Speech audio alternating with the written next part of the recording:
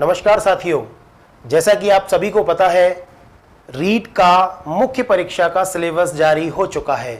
उसी परिप्रेक्ष्य में हम लोग आज बात करने के लिए यहाँ पे हैं कि कैसे करें तैयारी इन दो एग्जामों की, कौन कौन सी चीजें दोनों एग्जाम में कॉमन है और मेन जो मुख्य परीक्षा है उसमें ऐसा क्या जोड़ा है जिसको बहुत अच्छे तरीके से पढ़ना जरूरी है, क्योंकि सिलेबस में बहुत ज्यादा चेंजेस हो गए हैं।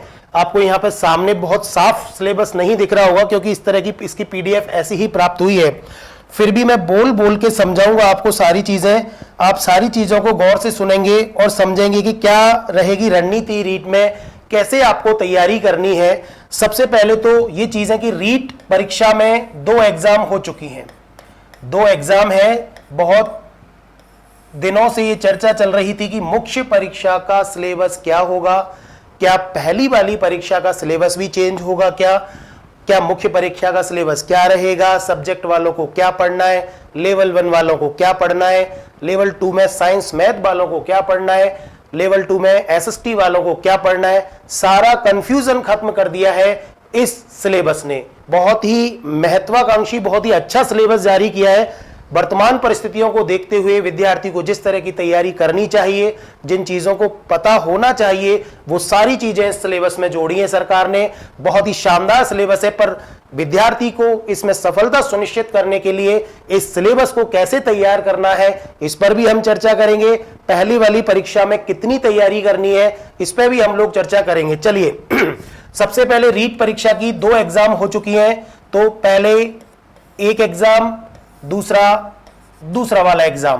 पहला वाला एग्जाम है जिसको दक्षता परीक्षा, अब क्लियर हो ही चुका है कि पहला वाला एग्जाम दक्षता परीक्षा के रूप में ही कराया जाएगा, यानी कि कोई किसी प्रकार का कंफ्यूजन इसमें नहीं है। और इसका पाठ्यक्रम पहले से ही जारी है। पहले से जारी का मतलब यह है कि अब तक हम रीट में जो पाठ्यक्रम पढ़ रहे थे, रीट के एग्जाम में जो पाठ्यक्रम हम पढ़ रहे थे, सेम वही पाठ्यक्रम इस दक्षता परीक्षा का होना है। मतलब इसमें आपके 5 विषय, चाहे वो लेवल 1 का हो चाहे लेवल 2 का हो, इसमें 5 आपके विषय होंगे। 5 विषय का मतलब है कि आपको पहला वाला तो मनोविज्ञान इसमें रहेगा। वैसे ज्यादा बताने की जरूरत नहीं है। इसमें लैंग्वेज 1, ये लैंग्वेज 2, ये भाषा है, लेवल नहीं है, ध्यान रखना है ना। ये भाषा 1 है, ये भाषा 2 है, जो भी आप चूज करते हो। तीसरे नंबर पे अगर लेवल 1 का विद्यार्थी है तो वो अपना सब्जेक्ट, ये सब्जेक्ट मैथ्स पढ़ता था और दूसरा सब्जेक्ट वो पढ़ता था ईवीएस, ठीक है। लेकिन लेवल 2 का विद्यार्थी यहां पर एसएस पढ़ता था, एसएसटी जिसको बोलते हैं, और एसएसटी के 60 प्रश्न आते थे। मैथ्स वाला जो विद्यार्थी था वो मैथ्स और साइंस पढ़ता था लेवल 2 में। ये दोनों लेवल 2 के हैं। क्लियर है यहां तक चीजें? इस परीक्षा में कोई बदलाव नहीं किया हुआ है, यानी कि आपको पूरा 30 इंटू 5 टॉपिक है आपके, तो 150 अंक का सिलेबस, 150 प्रश्न इसमें आपके आने हैं। वो सेम रहेगा। दक्षता परीक्षा में सरकार क्या पैमाने तय करती है? जनरली 60% का पैमाना और अपनी कैटेगरी वाइज जो भी 50-55 का रेशो रहेगा वो सरकार रहेगी। पर बात यह है, अभी भी इसमें एक चीज और अभी कंफ्यूजन वाली है कि क्या इस दक्षता परीक्षा का कुछ परसेंटेज मेन परीक्षा में शामिल करेंगे या नहीं करेंगे। ये भविष्य के गर्त में छुपी हुई बातें हैं, तो देखते हैं इस पे क्या होगा। फिर भी इस परीक्षा को आप हल्के में ना लें, क्योंकि हो सकता है कि इस परीक्षा की थोड़ी सी कुछ अनियमितताएं अगर हो जाए तो उनसे बचने के लिए सरकार इस परीक्षा का पाठ्यक्रम का कुछ परसेंटेज शामिल कर ले। फिर भी आपको बहुत ज्यादा फोकस इस परीक्षा पे नहीं करना है। अब बात करते हैं मुख्य परीक्षा। दूसरा जो एग्जाम होगा मुख्य परीक्षा, हमने उसको नाम दिया है मुख्य परीक्षा। का मतलब यह है कि एक बार अगर आपने दक्षता हासिल कर ली, रीट में अपनी कैटेगरी वाइज जो परसेंटेज है, जो मापदंड है परसेंटेज के, वो आपने हासिल कर लिए, फिर इस परीक्षा को आपको देने की आवश्यकता नहीं है। इसकी वैधता भी लाइफ टाइम सरकार ने कर दी है। इसकी वैधता कैसी कर दी है? इसकी जो वैधता है वो सरकार ने कर दी है लाइफ टाइम। यानी कि अब आपको बार बार इस परीक्षा को, पहले 6 साल के लिए थी, फिर 3 साल के लिए, अब ऐसा नहीं है। अब एक बार आपने ये परीक्षा हासिल कर ली, फिर आपको दोबारा नहीं देना। अब बात करनी है इस मुख्य परीक्षा की, जो आपको कोशिश करें कि एक बार में आपका सिलेक्शन हो जाए और आप ग्रेड 3 के शिक्षक बन जाए। इसका मतलब ये परीक्षा आपको देनी है, सिलेक्शन होने तक देनी है, तो कोशिश करें। और मेरी दुआएं भी आपके साथ है, मेरी शुभकामनाएं है कि आप पहली बार इस परीक्षा को के पैटर्न को समझें, क्योंकि पहली बार अगर कोई परीक्षा का पैटर्न आता है तो उस समय तक वो परीक्षा बहुत इजी होती है, लेकिन नेक्स्ट टाइम अगर ये परीक्षा होगी तो बहुत टफ एग्जाम हो जाता है दूसरी बार में। तो जो भी विद्यार्थी सीरियस है रीट के लिए तो वो इस मुख्य परीक्षा पर ज्यादा फोकस करेंगे। अब समझ लेते हैं कि इस मुख्य परीक्षा में क्या चीजें हैं। देखिए 300 अंकों की, यहां पे आपको दिख नहीं रहा होगा लेकिन मैं आपको बोल के बता देता हूं सारी चीजें। ये अध्यापक लेवल प्रथम और लेवल द्वितीय के पदों पर सीधी भर्ती हेतु स्कीम या पाठ्यक्रम सरकार ने जारी किया है, शिक्षा विभाग ने, और 300 अंकों की ये परीक्षा होगी। सबसे पहली चीज इंपॉर्टेंट बात है कि 300 अंकों की परीक्षा है और इसमें 150 प्रश्न पूछे जाएंगे, यानी कि हर प्रश्न का जो वैल्यूएशन है वो 2 नंबर का रहेगा। 150 प्रश्न पूछे जाएंगे, 2.5 घंटे का, 2 घंटे 30 मिनट का ये पेपर होगा, 2.5 घंटे का ये पेपर होगा। 150 प्रश्न इसमें बहुविकल्पीय पूछे जाएंगे। एक नई बात जो अब तक रीट परीक्षा में इस दक्षता में नहीं है, नेगेटिव मार्किंग, लेकिन इस परीक्षा में नेगेटिव मार्किंग की जाएगी और इसमें 1/3 अंकों की नेगेटिव मार्किंग की जाएगी। ध्यान रखें, नकारात्मक अंकन, इसमें नेगेटिव मार्किंग, नकारात्मक अंकन किया जाएगा 1/3। 1/3 का मतलब होता है कि अगर आपने 3 प्रश्न गलत कर दिए तो एक सही वाला प्रश्न आपका चला जाएगा, या सीधे सीधे ये कह सकते हैं कि 2 नंबर का अगर कोई प्रश्न आपने गलत कर दिया तो उस गलत करने पे आपका 1/3, 2 नंबर का 1/3 जितना भी होता है वो 67.67% नंबर आपके उस प्रश्न के कट जाएंगे। 60, लगभग 67% मार्क्स आपके गलत उत्तर देने पे कट जाएंगे। ठीक है, तो आप बड़े ध्यान से इस परीक्षा को करेंगे, पहली चीज। अब देखिए, इस परीक्षा में सरकार ने जो पाठ्यक्रम जारी किया है, इस पाठ्यक्रम में लेवल 1 का अलग पाठ्यक्रम है और लेवल 2 का अलग पाठ्यक्रम है। दोनों का अलग अलग पाठ्यक्रम है। ठीक है, जैसा कि दक्षता परीक्षा में भी दोनों का पाठ्यक्रम अलग अलग है, ऐसे यहां भी दोनों का पाठ्यक्रम अलग अलग है। अब देखिए, लेवल 1 की परीक्षा, लेवल 1 का मतलब होता है कक्षा 1 से 5 तक में पढ़ाने वाले शिक्षकों के लिए। तो इसमें पूरा का पूरा दोनों ही पेपर, मतलब 300 नंबर का तो लेवल 1 का रहेगा और 300 अंक का ही लेवल 2 का रहेगा।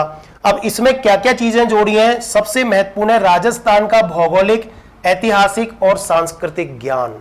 पूरे 300 अंक के सिलेबस में 90 अंक का तो केवल राजस्थान का भौगोलिक यानी राजस्थान का भूगोल और इतिहास और संस्कृति, बहुत स्कोरिंग सब्जेक्ट, मतलब स्कोर बहुत बड़ा है इसका, अंक विभाजन में सब बहुत सारा वेटेज इसको दे दिया है। कहने का मतलब यह है कि राजस्थान के प्रतिभागियों का ज्यादा सिलेक्शन इस परीक्षा में हो, शायद ये मंशा सरकार की रही हो। और जैसा कि राजस्थान के लोग हमेशा कहते आए कि हमारे साथ दूसरे स्टेट में थोड़ा सा मतलब भेदभाव होता है, ऐसा हमारी सरकार क्यों नहीं करती है। तो ये लीजिए, ये राजस्थान का वेटेज यहां पे, यानी कि 90 अंक, 45 प्रश्न यहां पर आपको केवल राजस्थान की भौगोलिक यानी राजस्थान की ज्योग्राफी और राजस्थान की इतिहास संस्कृति से होंगे 45 प्रश्न। दूसरा टॉपिक जो है, यानी कि 1 2 3 4 5 6 पार्टों में बांटा गया है इसको। ठीक है, पहला पार्ट 45 क्वेश्चन 90 अंक के, दूसरा पार्ट में भी राजस्थान का सामान्य ज्ञान, शैक्षिक परिदृश्य, निःशुल्क एवं अनिवार्य बाल शिक्षा का अधिनियम और सामयिक विषय। ठीक है, अब इस पाठ्यक्रम में क्या है, कोई ज्यादा स्पष्ट नहीं है, पर इसमें एक तो राजस्थान का सामान्य ज्ञान में क्या देंगे, क्योंकि भौगोलिक और इतिहास तो यहां दे दिया, तो शायद इकोनॉमिक्स, अर्थशास्त्र वाला पार्ट और जो करंट अफेयर्स है राजस्थान का, वो वहां से यहां प्रश्न आएंगे। इसके अलावा जो निःशुल्क एवं अनिवार्य बाल शिक्षा का अधिनियम है, ये पहले ही रीट में शामिल था, यहां से ये प्रश्न आएंगे। सामयिक विषय, करंट अफेयर से भी प्रश्न आ सकते हैं आपके। और एक महत्वपूर्ण जो बिंदु इसमें जोड़ा हुआ है वो है शैक्षिक परिदृश्य, बहुत इंपॉर्टेंट है। अब तक फर्स्ट ग्रेड के विद्यार्थी इस टॉपिक को पढ़ा करते थे, यानी कि जिस राज्य में आप पढ़ा रहे हैं उस राज्य में शिक्षा का लेवल कैसा है, शिक्षा की क्या कितनी एजेंसियां हैं, संस्थाएं काम कर रही हैं और किस किस लेवल पे वो काम करती हैं। अगर अपन एडमिनिस्ट्रेशन की बात करें तो शिक्षा में सबसे नीचे स्तर का एडमिनिस्ट्रेटर कौन होता है, अगर ऐसा प्रश्न पूछ लिया जाए तो मुझे लग रहा है बहुत सारे बच्चों को ये बातें पता नहीं होंगी।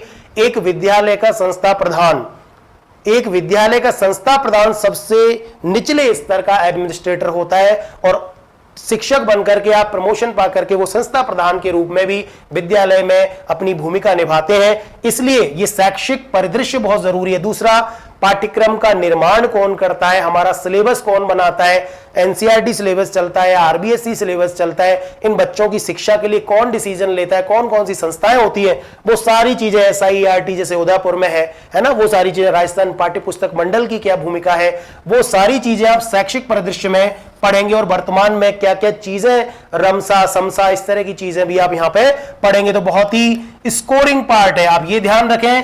पहला वाला पार्ट राजस्थान का 90 नंबर का, ये बहुत स्कोरिंग नहीं होता है, क्योंकि राजस्थान कितना ही पढ़ लो आप, कुछ एक प्रश्न तो ऐसे आ ही जाते हैं जो हमारे पढ़े हुए नहीं होते या स्किप हो जाते हैं। पर ये वाला जो पार्ट शैक्षिक परिदृश्य वाला है और निःशुल्क एवं अनिवार्य बाल शिक्षा है, ये वाला पार्ट यहां से भी 45 प्रश्न आएंगे चारों के, तो ये भी बहुत इंपॉर्टेंट है, स्कोरिंग भी है ये, ठीक है। तो नया एक तरह से जोड़ा हुआ पार्ट है ये शैक्षिक परिदृश्य और समसामयिक विषयों पे।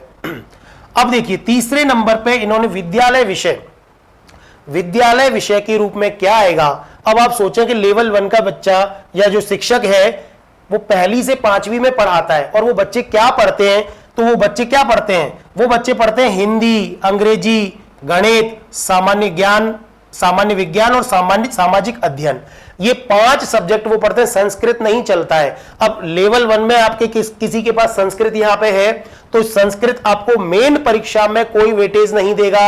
हां, लेकिन जिस बच्चे ने हिंदी और अंग्रेजी लिया है, अब देखिए हो सकता है इस वाले सिलेबस को देख करके आपका यहां पर यानी दक्षता परीक्षा वाले सिलेबस में थोड़ी सी आपकी स्ट्रेटजी चेंज हो जाए, क्योंकि संस्कृत यहां पे आपको कोई वेटेज नहीं दे रहा है, तो हो सकता है आप हिंदी और अंग्रेजी यहीं पे ले लीजिए, तो आपको यहां भी मुख्य परीक्षा में भी फायदा हो जाएगा।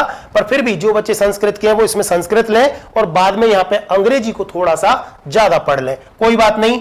हिंदी, अंग्रेजी, गणित सबके अंक विभाजन है, 10 नंबर का हिंदी, 10 का अंग्रेजी, 10 का गणित, 10 का सामाजिक विज्ञान और सामाजिक अध्ययन 10 का। तो ऐसे कुल मिलाकर के ये पूरा 5 विषय है 50 अंक के, तो यहां से 25 क्वेश्चन आने वाले हैं, तो इंपॉर्टेंट तो है ही। अब इसमें विद्यालय विषय में बहुत छोटे लेवल की चीजें आएंगी कि जो जैसे हिंदी अंग्रेजी है, इसमें तो मुख्य रूप से ग्रामर आएगी, पाठ वगैरह मुश्किल आएंगे, इसमें नहीं आएंगे। ये चीज अभी हालांकि क्लियर नहीं है कि यहाँ पे पाठ आएंगे या नहीं पहली से 5वीं के, पर उनमें कुछ खास होता नहीं है ऐसा, तो आप यहाँ पे ग्रामर को अच्छे से तैयार करेंगे। दूसरा, मैथ्स में बेसिक कैलकुलेशन आपको आनी चाहिए कि उन 5वीं तक के बच्चों को मैथ्स पढ़ाने के लिए कम से कम 10वीं तक की मैथ्स आपको आनी चाहिए। और सामान्य विज्ञान जैसा कि आप पढ़ते आए, बायोलॉजी, फिजिक्स, केमिस्ट्री, थोड़ा सा बायोलॉजी का पार्ट यहाँ पे ज्यादा होगा। सामाजिक अध्ययन में भी छोटी मोटी आसपास की चीजें, और वहां पर क्योंकि ये दोनों विषय ईवीएस के रूप में चलते हैं, अगर आप देखना चाहें कि क्या चीज वहां बच्चे पढ़ते हैं, तो आप कोई किताब उठा करके पहली से 5वीं की देख लीजिए, या वहां पर्यावरण अध्ययन के नाम से बुक होती है, वहां पे विज्ञान और सामाजिक अध्ययन दोनों तरह की बातें आती हैं। तो ये 5 विषय 50 अंक के हो जाएंगे। इसके अलावा चौथा जो इसमें पार्ट किया हुआ है वो है शैक्षणिक रीति विज्ञान। देखिए नया शब्द जोड़ दिया है, पर यहां पे कंफ्यूज होने की जरूरत नहीं है।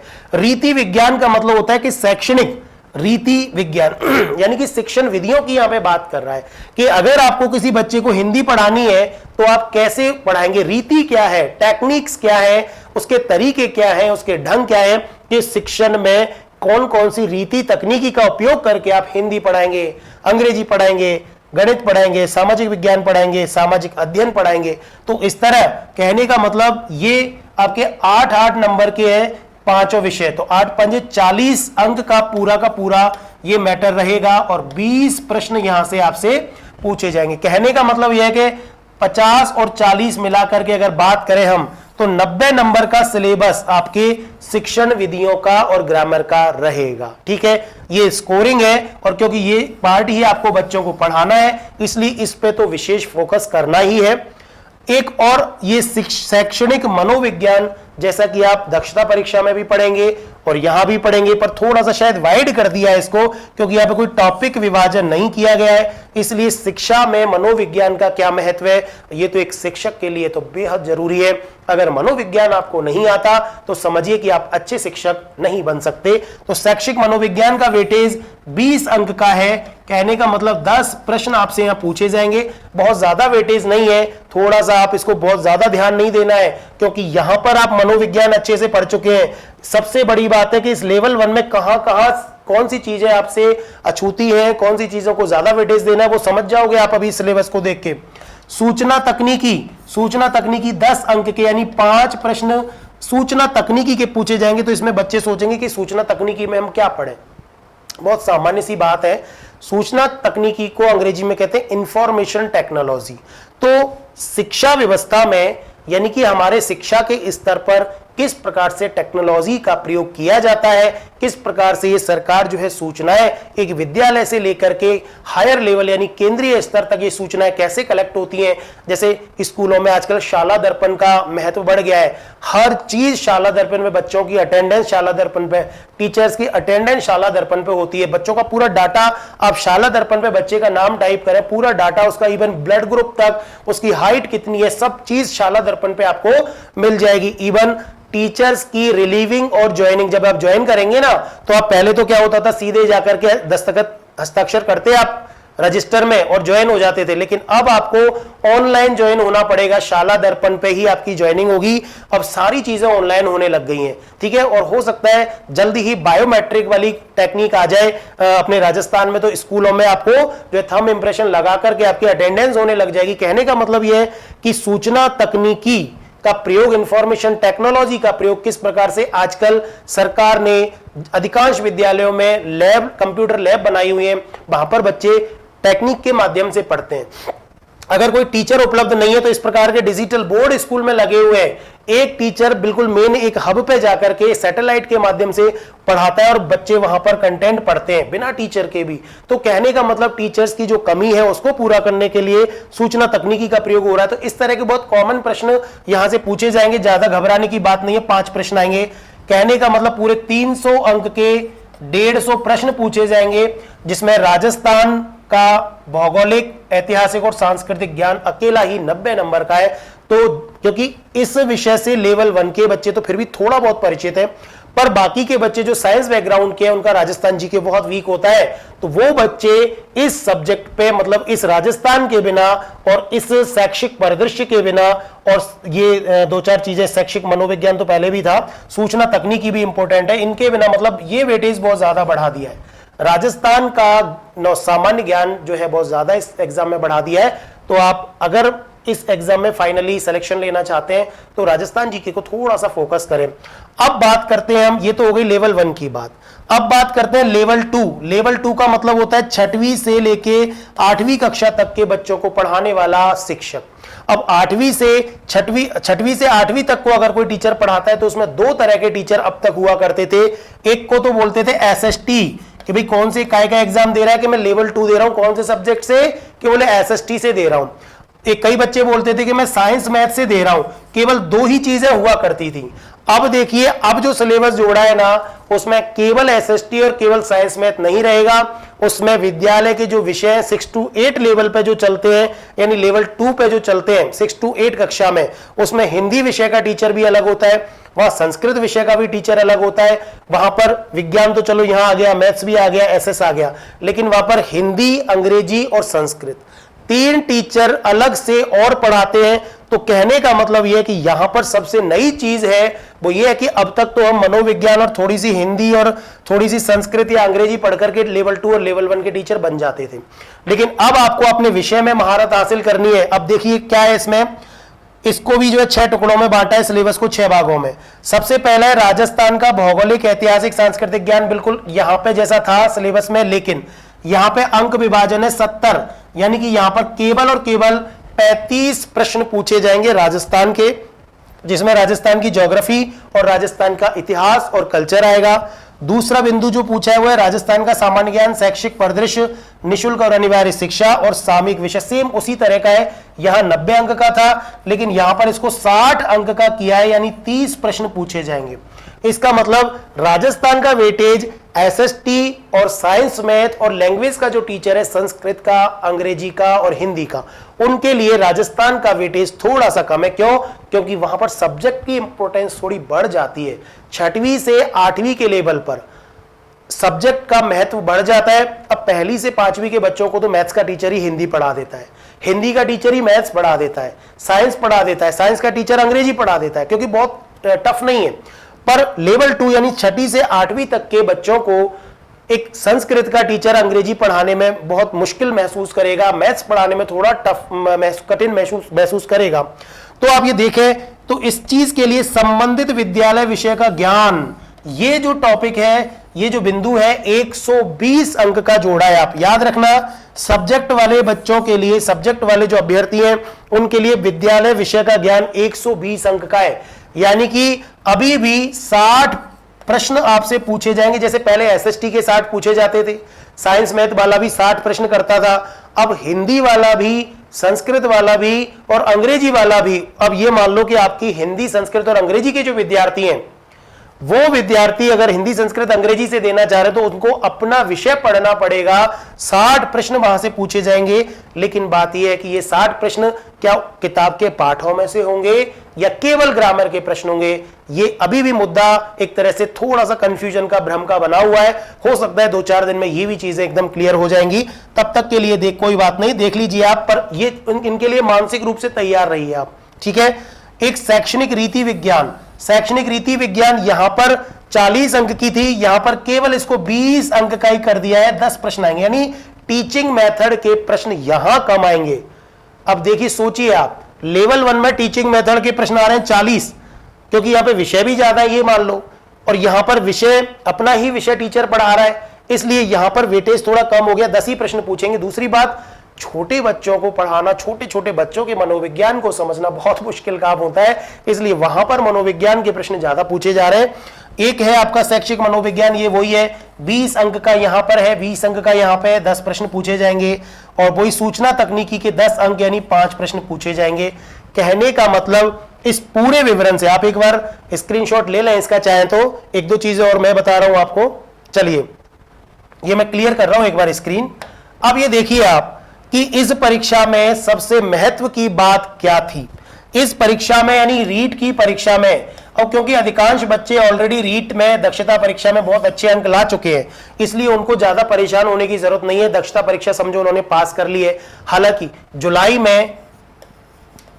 में ये दक्षता परीक्षा का आयोजन किया जा रहा है, और जुलाई के जस्ट बाद अगस्त, सितंबर, अक्टूबर वाला जो 3 महीने का समय है, शायद 2 से 3 महीने आपको मुख्य परीक्षा में पढ़ने के लिए मिलेंगे।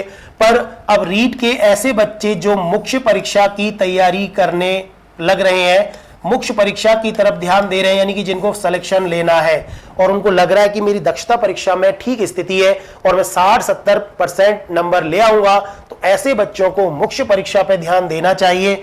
और मुख्य परीक्षा पे ध्यान देने के लिए सबसे मुख्य बात है राजस्थान जी के। अब तक जिन बच्चों ने राजस्थान नहीं पढ़ा है, जिन्होंने पढ़ रखा है, भाई जिन्होंने पढ़ रखा है उनको पढ़ना है, अच्छे से पढ़ना है, क्योंकि कंपटीशन टफ हो जाएगा। दूसरा, ऐसे बच्चे, और ऐसे बच्चे कौन होंगे मुख्य रूप से, एक तो साइंस मैथ वाले बच्चे जो राजस्थान नहीं पढ़ते हैं, एक लेवल 1 वाले बच्चे जिनकी सब्जेक्ट में, मतलब जिनके कोर्स में राजस्थान बहुत कम हुआ करता था, ऐसे बच्चों को बहुत ज्यादा दिक्कत आने वाली है। इसलिए वो बच्चे अभी से राजस्थान जीके, क्योंकि यहां पर राजस्थान की एक तो भूगोल है, राजस्थान का भूगोल, एक राजस्थान का इतिहास संस्कृति, राजस्थान का इतिहास प्लस संस्कृति, ये दोनों मिलाकर के पूरा 45 प्रश्न पूछे जाएंगे। प्रश्न है ये, और 90 अंक के पूछे जाएंगे। इसलिए राजस्थान समझ लो, सिलेक्शन का आधार राजस्थान बनेगा, निश्चित रूप से बनेगा, क्योंकि लेवल 1 हो चाहे लेवल 2 हो, यहां पर 170 प्लस 60 एक तरह से ये, और यहां पर 180 नंबर है दोनों के मिलाकर के। तो कहने का मतलब राजस्थान जीके पे फोकस करेंगे सबसे ज्यादा। दूसरा जो बिंदु है वो है शैक्षिक परिदृश्य, क्योंकि दोनों में ही है ये शैक्षिक परिदृश्य, जो कि अभी तक फर्स्ट ग्रेड के विद्यार्थी पढ़ा करते थे, फर्स्ट ग्रेड वाले बच्चे पढ़ते थे। एजुकेशनल सिनेरियो इन राजस्थान के नाम से टॉपिक हुआ करता था, शैक्षिक राजस्थान का शैक्षिक परिदृश्य। ये वाला टॉपिक यहां से यानी कि 90 अंक का है पूरा, तो ये मान के चलिए कि कम से कम 90 में से 40 से लेकर के 50 अंक का पोर्शन तो शैक्षिक वाला आएगा आपके। 20 प्रश्न तो आप इसके मान के ही चलो कि 20 प्रश्न तो यहां से आने ही आने हैं। बाकी राजस्थान का सामान्य ज्ञान जो करंट अफेयर्स वाला पार्ट है वो उसके सवाल भी कम ही आएंगे, ज्यादा नहीं आएंगे, 10 से 15 सवाल आएंगे। और निशुल्क और अनिवार्य शिक्षा वाले भी मान लो 10 से 15 सवाल वो आएंगे। ऐसे मिलाकर के आपके कुल 45 सवाल होने हैं, तो आप इस पोर्शन को भी ध्यान रखेंगे। तीसरा, अपने जो विषय हैं यानी कि अपने विषयों पर आपको फोकस करना है, और ये चीज और थोड़े दिन में क्लियर हो जाएगी, क्योंकि अभी तक एसएसटी वाला विद्यार्थी अगर उसका मेन स्ट्रीम हिंदी है तो वो एसएसटी के बजाय हिंदी से एग्जाम क्यों ना दे। अंग्रेजी जिसके पास है वो क्यों पढ़े एसएसटी, वो अंग्रेजी से एग्जाम क्यों ना दे। पर अभी ये क्लियर होना बाकी है कि यहां पर संबंधित विद्यालय विषय का ज्ञान का मतलब क्या हिंदी, संस्कृत और अंग्रेजी होगा या नहीं होगा, या केवल एसएसटी और साइंस मैथ ही माना जाएगा। ये अभी भी चीजें कंफ्यूजन की है, पर क्योंकि विद्यालय विषय की बात, संबंधित विद्यालय विषय का ज्ञान, तो विद्यालय विषय का ज्ञान या अपने विषय का ज्ञान ये भी क्लियर नहीं है। विद्यालय के स्तर पे तो सारे विषय पढ़ाए जाते हैं, मैथ्स भी पढ़ाई जाती है, वह संस्कृत भी पढ़ाई जाती है, वह हिंदी भी पढ़ाई जाती है। जैसा कि देखिए यहाँ पर लेवल 1 में इतने सारे विषय दिए हुए हैं, तो विद्यालय विषय कह रखा है ये, तो विद्यालय विषय के मतलब सारे के सारे 6 विषय जो पढ़ाए जाते हैं, क्या पता उनमें से आ जाए। तो ये चीजें अभी डिस्क्लोज होनी बाकी है, तो बाकी कोई खास चीजें नहीं है। तो अपने विषय को सबको पढ़ना ही है, टीचिंग मेथड को भी पढ़ना है, ये इसमें आ ही गया। और एक सूचना तकनीकी वाला पोर्शन है, 5 ही अंक है हालांकि, पर फिर भी इंपॉर्टेंट इसलिए है क्योंकि यहां से फ्री के नंबर है ये। अगर आप थोड़ा सा भी इसको बार बार पढ़ने की जरूरत नहीं है, अगर आप थोड़ा सा भी 2 दिन भी 1 दिन 2 घंटे पढ़ लेंगे ना, तो आपकी सूचना प्रौद्योगिकी का ये मामला पूरा क्लियर हो जाएगा। तो मुझे उम्मीद है कि ये चीजें आपको अब समझ में आ गई होंगी। तो ऐसे बच्चे जो दक्षता परीक्षा पे बहुत ज्यादा फोकस कर रहे हैं, उनको अब दक्षता परीक्षा से ज्यादा फोकस इस परीक्षा पे कर लेना चाहिए। और जुलाई के 1 महीने पहले यानी कि एग्जाम से 1 महीने पहले जून में भी आप अगर पढ़ाई शुरू करेंगे अपनी दक्षता परीक्षा की, पुराने बच्चों की बात कर रहा हूं मैं, जो दक्षता परीक्षा में बैठना केवल उनकी एक तरह से औपचारिकता है, बाकी चीजें उनका पुराना पेपर जो रद्द हुआ है वो अच्छा हुआ होगा। ऐसे बच्चे इस विषय पे ज्यादा फोकस करेंगे, क्योंकि बहुत ज्यादा समय शायद ही इस एग्जाम में आपको मिले, 2 से 3 महीने का समय मिलेगा। तो इतने सारे विषयों को पढ़ना, और राजस्थान को तो आज से ही पढ़ने लग जाओ। सिलेबस जारी हो गया तो नियम बना लो, 1 से 2 घंटे राजस्थान पढ़ना है। कोई भी अच्छा यूट्यूब चैनल, कोई भी अच्छी एक गाइड बाजार से किताब, और या फिर राजस्थान बोर्ड में जो किताबें चल रही हैं उन किताबों में इस बार 9th 10th में जो जीके की किताबें चलती है, राजस्थान अध्ययन के नाम से 2 किताबें चलती हैं, एक 9th में एक 10th में, वो किताबें आप परचेज कर लो। बहुत कम मामला है, उनमें जानकारियां बहुत कम है, पर एक बार उनको देख लोगे तो आपको थोड़ा सा आइडिया लग जाएगा। ठीक है, बाकी आप कोई भी एक गाइड खरीद करके, और जल्दी ही कोई गाइड वगैरह मिल जाएगी, कोई अच्छा चैनल, कोई अच्छा जो भी आपका मार्गदर्शक है उसकी सलाह लें। और सभी के लिए ढेर सारी शुभकामनाएं, अपनी तैयारी जारी रखें। धन्यवाद।